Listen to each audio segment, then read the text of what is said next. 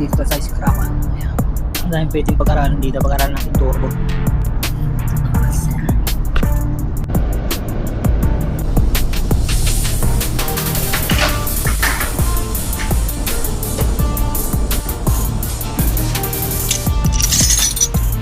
Matagal-tagal na hindi napagbakas nito mga sir.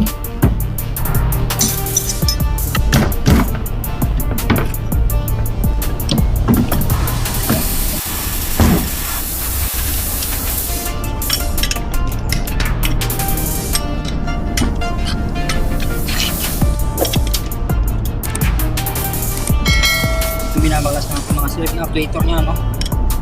Ito pag sira mga sir, ano, check lamp, no, o kaya yung RPM niya nagawlo ko minsan 2,000 na, hindi nagbubukas yung wastegate mga sir, no. So kasi nagtutulak kung saan niya wastegate port, no. Ayan.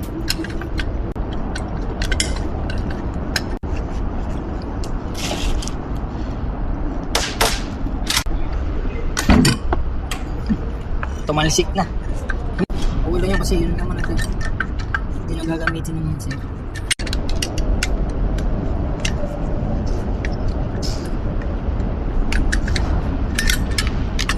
Hindi na natin mga sir. Hindi ko may problema rin sa mga sir.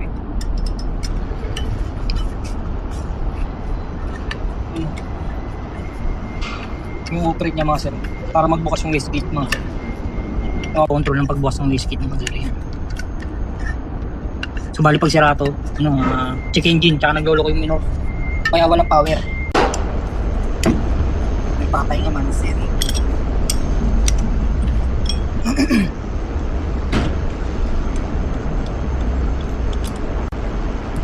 Yun nga pala mga settings, no? Matapos na yung Sakura season.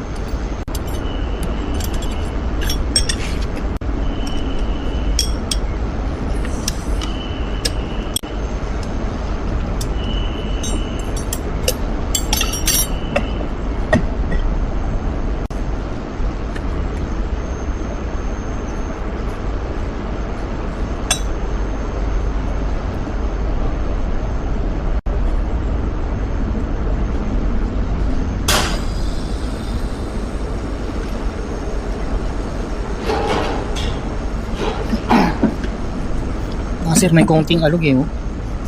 Konti lang eh. Ano? Dito kasi mga sir, hindi nag-overroll ng turbo, no. Yung mga sir, yung shafting niya, may konting alog na ano. Buwan natin tanggalin mga sir. Sa kabila naman is ganun din mga sir, konektado kasi sa isa't isa to eh. Ito naman yung turbine niya. Pag-aralan lang natin.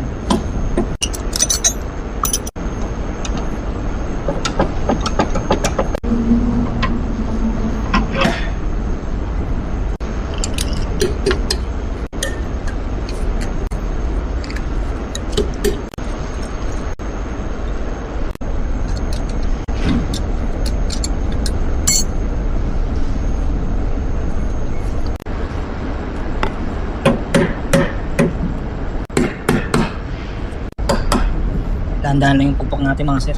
May nagpapahingi. Direct time kasi ngayon mga sir. Yung mga sir, no, importante ito.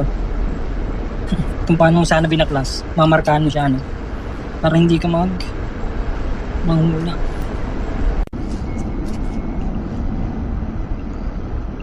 Wala naman siyang tagas ng lungs, no. Ang lambot pa, no, pihit-pihitin. Yung iba kasi pag napupuno natin ng carbon, ang ganit na pihitin kaya nasisira yung actuator.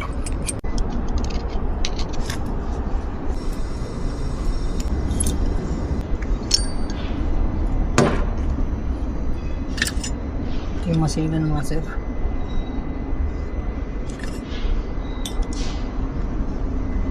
Lang mga sir.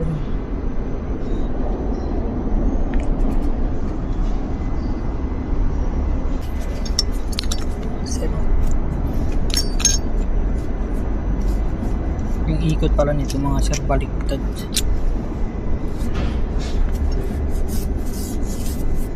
Dito wala masyadong carbon. Dito madaming madalas.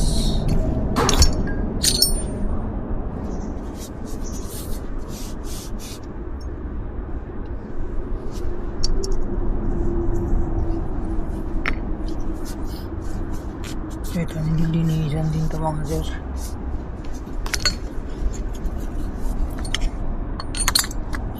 Natin may alok.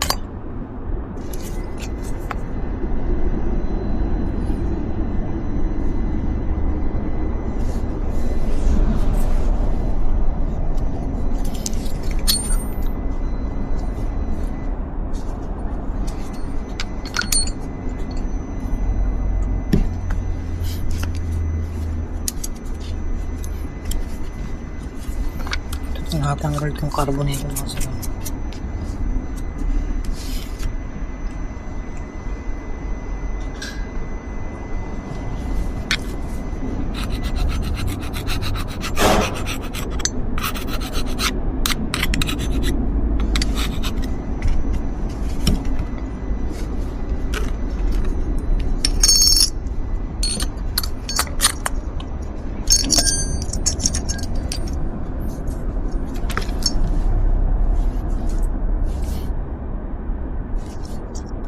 Yan din.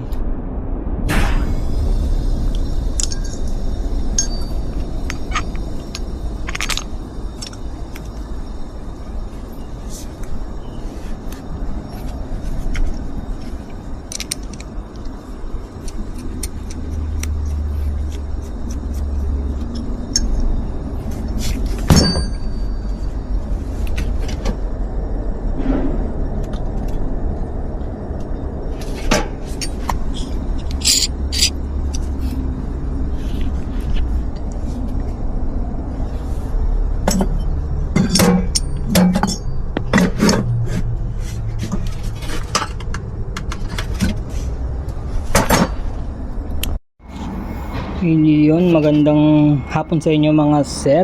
Ayan, no? Meron tayo ditong shock ng Yamaha mga sir, no? Birdsman, bago lang to mga sir, no? Ayan, nagpalit ng shock yung kasama nating hapon mga sir. Ayan, dami dito mga ano, mapapakinabangan pa mga sir, oh. EGR, oh. Ito pa mga sir, oh. Yung ano, alagaan ng reserba na gulong ng truck na mga sir, no? Bagong bago, ewan kung bakit itatapon na, no? Hindi man lang nagamit mga sir, bagong bago yung chain, no? Ewan ko ano issue nito mga sir. Ayan, eto chamber, ano pa mga meron dito,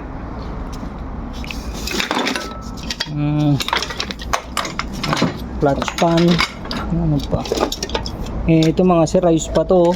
Ito yung pinagpalitan ng injector nung ano, ayan, no? Okay pa to mga sir, oh. Pinalitan 4 yan mga sir.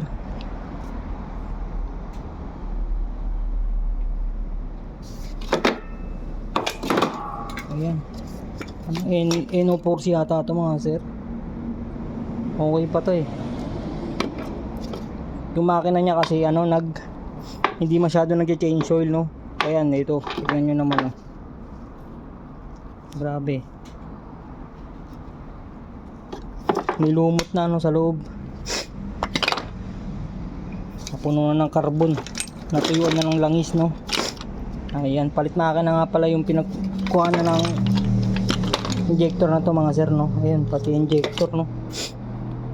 Gusto nyo ba to mga sir? PM nga kayo mga sir, gusto nyo to. Kung magkano nga ba? Shipping fee lang mga sir, kung trip nyo, no? Maraming tinatapon na ganyan, eh. Ano, N4C, tapos ano ba? Basta Hino, madalas, no? Ayan. Ito, gusto nyo mga sir. Ayan, N4C din ang engine. Ito, C13, ano ata to? A13C yata tong cylinder head na to mga sir. Pero ano to, alam ko, recall yan, no? Ayan. Sa susunod, ano, magbabaklas nga tayo nito. Pag-aralan natin. Hindi naman tayo ganun ka-expert dito sa ano, diesel engine, no? Kaya kailangan natin ano pa rin, mag halungkat ng ibang knowledge, no, para may madagdag sa ano natin, diesel engine, kung paano nag-work rate, kung paano yung mga bagay-bagay. Ayan mga sir, ito compressor, cylinder head ng ano, yung nagko-compress ng hangin mga sir, no. Ayan, daming ano, daming kalakal mga sir, pero maraming pa mapapakinabangan dito. Hindi sila nag-overhaul ng mga ano mga gaya nito, nililinis. Pagka nag-check engine matik mga sir, papalit na yan sila ng EGR. Ayan, let's go, yun lang muna mga sir.